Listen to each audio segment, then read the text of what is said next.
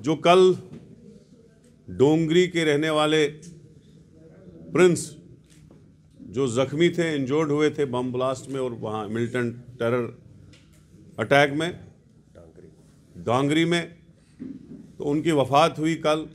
पहले तो जितने भी फैमिली के लोग मरे उनका हमें बेहद दुख है, अफसोस है इस टेरर इंसिडेंट का।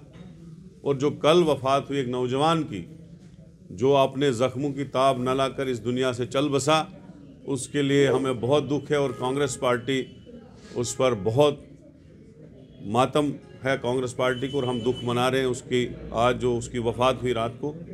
आप सभी साथियों को कहना चाहता हूं कि जो भारत जोड़ो यात्रा जो कन्याकुमारी से निकली है राहुल गांधी जी की सदारत में, और अभी तक जितने भी स्टेट आए हैं, चाहे केरला, कर्नाटका, मध्य प्रदेश, महाराष्ट्र, तेलंगाना, आंध्र प्रदेश, राजस्थान, हरियाणा, दिल्ली, यूपी, और अब हरियाणा में चल रही है, तो सुबह वो पंजाब में पहुंच जाएगी। तो पंजाब में 10 दिन चलने के बाद 20 तारीख को भारत जोड़ो यात्रा का जो फर्स्ट इवेंट होगा, जो फ्लैग टेकिंग सेरेमनी होगा, वो लखनपुर में होगा।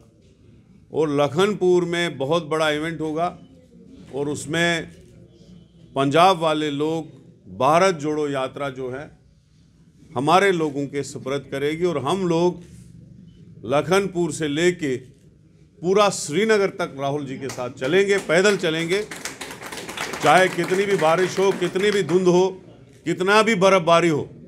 भारत जोड़ो यात्रा पूरा अपना लक्ष्य जो कन्याकुमारी से कश्मीर तक राहुल गांधी ने फिक्स किया है, वो पूरा इंशाल्लाह लक्ष्य तक पहुंचेगी। और कश्मीर में बहुत बड़ा इवेंट होगा, फ्लैग सेरेमनी होगी, और राहुल जी और दूसरे जो हमारे खड़गे साहब, प्रियंका जी और जो भी साथी आएंगे वहाँ पे, सीनियर साथी, वहाँ पे एक नेशनल इवेंट हो रहा है। और दूसरा ये है कि भारत जोड़ो का जो असली मकसद है वो ये है कि जो राहुल जी निकले थे 7 सितंबर को कन्याकुमारी से, उसका ये था कि एक तो मुल्क में बहुत ज़्यादा बेरोज़गारी है, जिसमें हमारी स्टेट हरियाणा के बाद नंबर 2 पे है। इस वक्त यहाँ भी 34% की बेरोज़गारी है और बहुत ज़्यादा लोग परेशान हैं। अगर नौकरियाँ कभी निकली भी तो उनमें स्कैंडल निकले। तो एक तो वो लक्ष्य है बेरोज़गारों के लिए लड़ना, उनको रोज़गार दिलाना। दूसरा जो लक्ष्य है भारत जोड़ो यात्रा का वो ये है कि आम आदमी जो है महंगाई से परेशान है।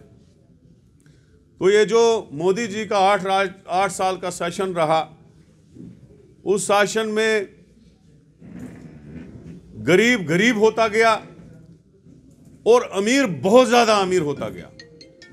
अभी आप 8 साल पहले अडानी की दौलत देख लीजिएगा, आज दुनिया का 3रा नंबर रईस बना है। उसी के कर्जे माफ हो रहे हैं, उसी को लोन मिल रहे हैं, उसी को एयरपोर्ट दिए जा रहे हैं, उसी को ट्रेनें दी जा रही है। अगर किसानों की एजिटेशन नहीं होती तो आज किसानों को भी वो खा गया होता। तो ये चीजें हैं तो जिसके लिए राहुल जी लड़ रहे हैं।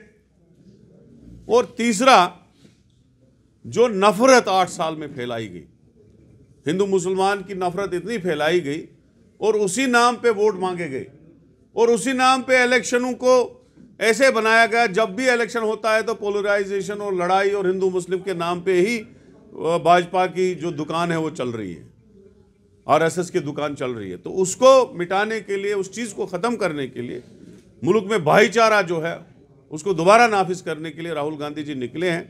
जम्मू कश्मीर को जो है स्टेट का दर्जा छीन के यूटी बनाया गया और जो 3 डिमांडें राहुल जी की है, नौजवानों को रोजगार, महंगाई और नफरत, जो भारत जोड़ो का जो लक्ष्य है, उसके बगैर भी एक डिमांड हम उसमें ऐड कर रहे हैं कि जम्मू कश्मीर को इमीडिएटली स्टेटहुड दिया जाए और उसके बाद इलेक्शन यहाँ पे किए जाए। जितनी भी सेकुलर पार्टियां हैं जो बीजेपी के साथ लिंक्ड नहीं है, यहाँ पूरे जम्मू कश्मीर में कुछ पार्टियां एक्सपोज हो गई हैं जो बीजेपी के साथ हैं, जो बीजेपी की ABC टीम है, उनके बगैर लगभग सारी पार्टियां कांग्रेस की भारत जोड़ो यात्रा में और सोशल ऑर्गेनाइजेशंस भी, एनजीओज भी, स्पोर्ट्स वाले भी, आर्मी रिटायर्ड भी, बहुत सारे लोग जो हैं वो जिनका ऑफर हमें आया है, 90 से ज्यादा ऑर्गेनाइजेशन जो राहुल जी की पद यात्रा में चलेंगे।